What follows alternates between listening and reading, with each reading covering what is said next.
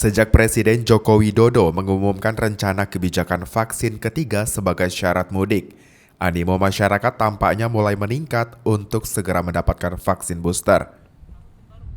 Seperti yang terjadi di salah satu sentra vaksin pemerintah daerah Kepri, yakni di Aula Asrama Haji, Jalan Pemuda, Tanjung Pinang.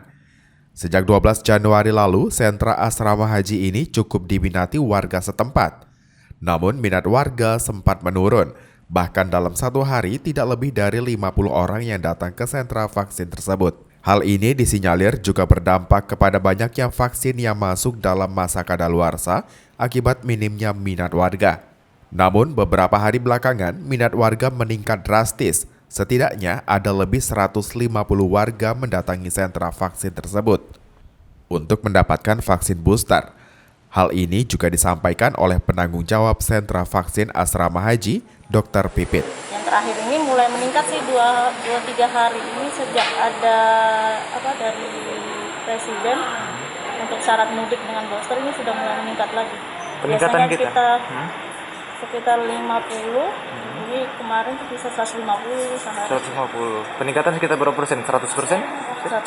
100% sampai 150%. Untuk booster. Sementara itu, beberapa warga yang datang juga mengakui bahwa selain untuk menjaga imunitas tubuh, mereka merasa perlu untuk melengkapi dosis ketiga jika nantinya kebijakan syarat mudik benar-benar diterapkan. Ada niat ingin mudik juga ya Kak ya? Rencana gitu Pak, tapi masih nunggu edaran-edaran juga masih bisa mudik atau enggak. Kan kadang berubah surat edarannya, jadi masih menyesuaikan sama edaran yang berlaku. Jadi ini antisipasi dulu mana tahu nanti menjadi syarat wajib ya Kak ya?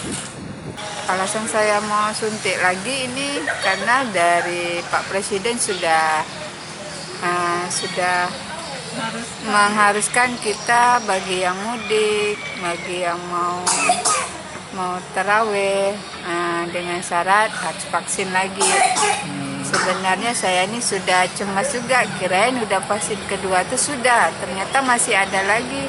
Sebenarnya ini jantungan juga ini, kenapa vaksin terus gitu. Secara umum, sentra vaksinasi asrama haji telah menyumbang 18% dari capaian vaksinasi booster di Tanjung Pinang. Hal ini tergolong masih rendah dan harus terus dikejar hingga menuju target herd immunity yang lebih tinggi. Di sentra ini tersedia beberapa jenis vaksin, antara lain Sinovac, AstraZeneca, dan yang terbaru yakni vaksin Moderna. Muhammad Nazarullah, GoTV News melaporkan.